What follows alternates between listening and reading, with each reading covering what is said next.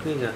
Assalamualaikum warahmatullahi wabarakatuh dan selamat sejahtera. Okay, hari ini cikgu nak ajar kamu berkaitan dengan getah asli ya. Jadi getah asli itu adalah merupakan salah satu contoh polimer semula jadi yang saya telah ajar kamu sebelum ni ya. Jadi kalau lihat pada rajah ni ya, pada skrin ni kamu akan nampak ini adalah contoh produk yang boleh dihasilkan daripada getah asli, iaitu tayar tayar kereta. Okey, yang gambar rajah ni merujuk pada bagaimana getah asli diperolehi daripada pokok getah lah Jadi kalau lihat ini batang pokok getah, apabila ditore dia akan mengeluarkan susu getah yang berwarna putih Jadi susu getah ni kita panggil sebagai latex Okey, saya nak terangkan apa itu getah asli. Okey, jadi getah asli ialah sejenis polimer semula jadi yang diperolehi daripada pokok getah. Okey, ia merupakan polimer yang terbentuk daripada monomer isoprena. Okey, jadi ingat monomer yang membentuk polimer dalam molekul getah asli adalah namanya monomer isoprena. Okey, jadi latex latex iaitu susu getah, dia mengandungi banyak monomer isoprena. Jadi latex ni adalah sejenis polimer lah, kamu kena faham latex dia adalah sejenis polimer Okey, kalau perhatikan di bahagian bawah ni, latex akan berubah latex akan berubah apabila kita tambahkan asid atau kita tambahkan alkali. Jadi kita akan lihat di sini apa yang akan berlaku apabila asid ditambah dalam latex. Jadi asid bila ditambahkan dalam latex, dia akan menyebabkan latex berubah daripada cecair menjadi pepejal, ataupun kita kata apabila asid ditambah dalam latex, dia akan menyebabkan latex menggumpal. Okey.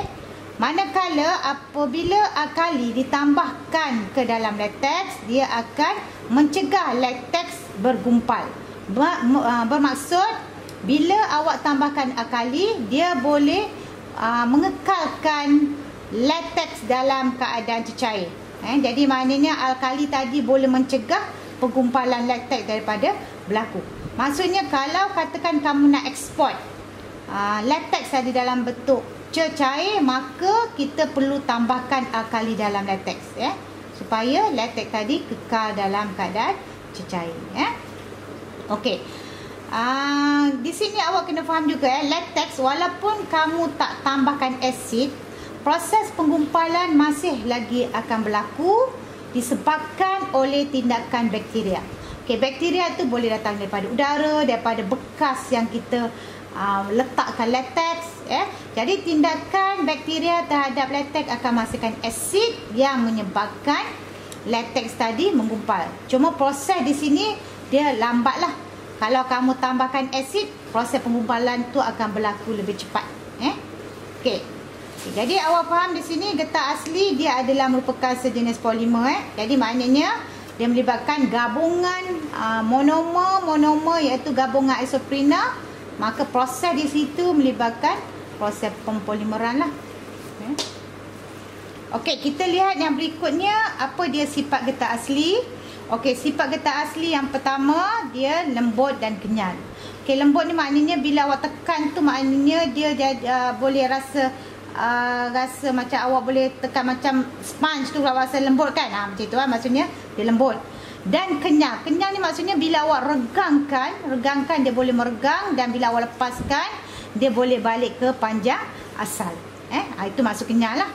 Okey, takat lebur rendah ni maksudnya dia tak tahan haba lah. Maknanya bila awak panaskan dia akan cepat melekit dan melebur lah jadi bila kita kata takat lebur dia rendah, bermaksud dia tidak tahan haba sebab tu getah asli ni sebenarnya dia tak sesuai untuk membuat tayar kenderaan kecuali tayar kenderaan yang kita kata boleh guna getah asli 100% adalah tayar kapal terbang Tayar kapal terbang dia memang perlukan getah asli. Tetapi tayar kenderaan yang bergerak di darat, contohnya tayar kereta, tayar lori, dia tak boleh getah asli, ya. Dia kena getah terbukan ataupun getah yang campuran, ataupun getah sintetik, ya. Okey. Jadi sebab kenapa tayar yang melibatkan kenderaan di darat tak boleh getah asli? Sebab bila dia bergerak, dia akan bergeser dengan jalan raya dan geseran tu akan menyebabkan haba terhasil, ya. Sebab faham kat sini getah asli tak tahan haba. Jadi geseran tu akan menyebabkan haba terhasil. Jadi nanti tayar tu akan jadi melekit-lekit lah. Dia mengganggu pergerakan kenderaan tadilah. Manakala untuk kapal terbang, kenapa dia perlukan getah asli? Sebab dia perlu bila mendarat tu, bila mendarat, jadi hentakan yang disebabkan kapal terbang tu dia punya beban dia besar kan. Jadi dia bila dia mendarat, hentakan tu dia kena, tayar tu kena boleh menyerap gegaran tadilah. Jadi dia boleh mengurangkan gegaran bila dia mendarat, bila tayar tu adalah tayar getah asli. Okey, sifat yang lain dia adalah penebat elektrik dan penebat haba yang baik. Okey, yang berikutnya dia tidak boleh mengalirkan elektrik dan haba. Okey, di sini saya nak terangkan macam mana proses penggumpalan lateks berlaku. Okey, jadi awak lihat pada gambar raja, ini adalah molekul getah. Jadi kalau dari segi molekul getah tu, kalau awak nampak, okey, yang awak nampak macam bentuk berbenang tu, itu dia adalah molekul getah. Dia punya polimer dia. Jadi molekul getah ni dia dikelilingi oleh satu membran protein. Membran protein ini bercas negatif. Disebabkan setiap molekul getah ni dia punya membran dia bercas negatif, jadi dia akan menolak di antara satu sama lain. Maknanya dia tak boleh berlanggar sebab dia ada cas, cas yang sama. Okey. Jadi kita tengok apa yang akan berlaku bila kamu tambahkan asid. Jadi bila kita tambahkan asid dalam lateks, asid dia mengandungi ion hidrogen. Jadi ion hidrogen yang dari asid tadi akan menyutralkan cas negatif yang ada pada membran protein tadi, yang ada pada molekul getah tadi, bila cas negatif tadi dinyutralkan, ya. Jadi sekarang ni awak nampak di sini molekul getah tadi dah tak bercas. Bila dah tak bercas, maka dia boleh berlanggar. Maknanya dia boleh mendekati antara satu sama lain dan berlanggar. Jadi bila dia berlanggar, dia akan menyebabkan membran protein tadi akan pecah. Bila membran protein pecah, dia akan menyebabkan molekul yang ada dalam tu, ya. Molekul yang ada dalam tu ataupun kita kata polimer yang ada dalam tu akan bergabung antara satu sama lain. Jadi bila dia bergabung, itulah yang awak nampak getah tadi menggumpal ataupun kita kata getah tadi membekulah. Okey. Itu dia punya penerangan yang menerangkan apa yang akan berlaku bila kita tambahkan asid dalam lateks. Okey.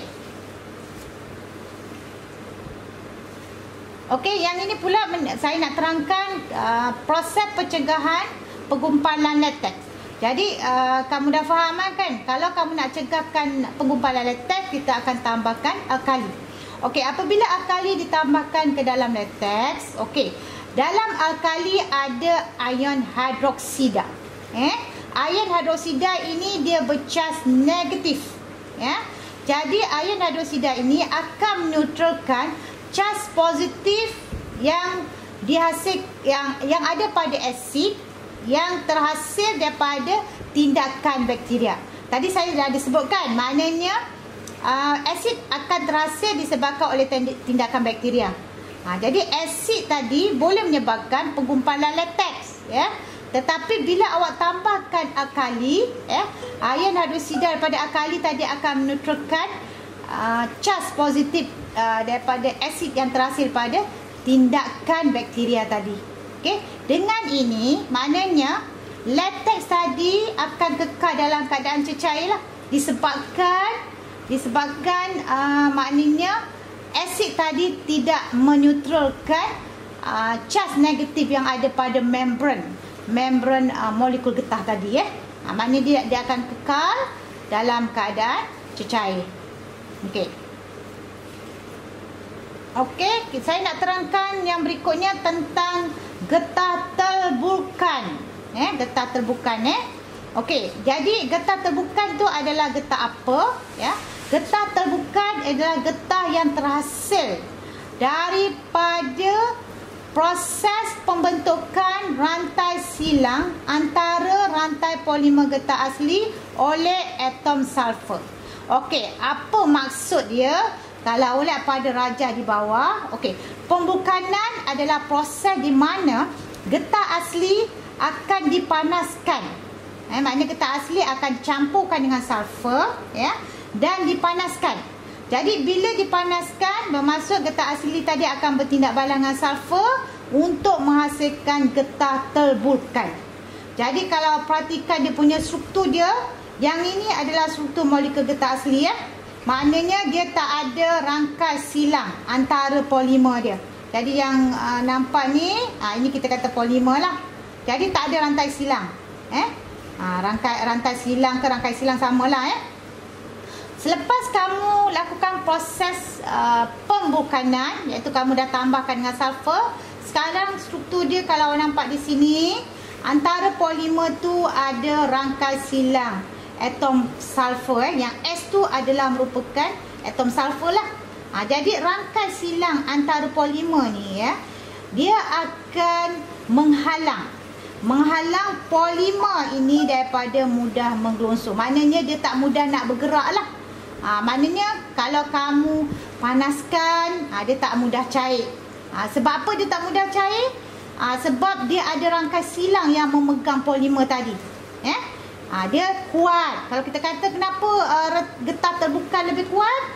Sebab ada rangkai silang sulfur antara polimer tadi yang boleh menghalang ataupun mencegah rantai polimer daripada mudah tergelonsor.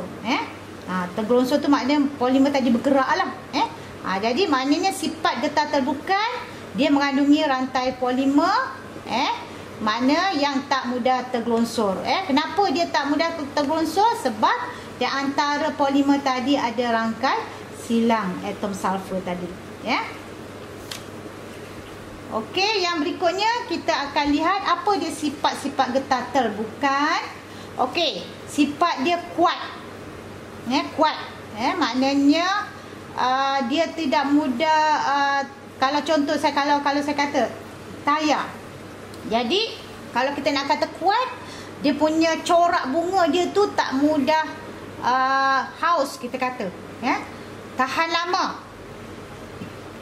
ya. Tahan haba maknanya dia punya takat lebur dia tinggi, ya. Lebih keras dan lebih kenyal.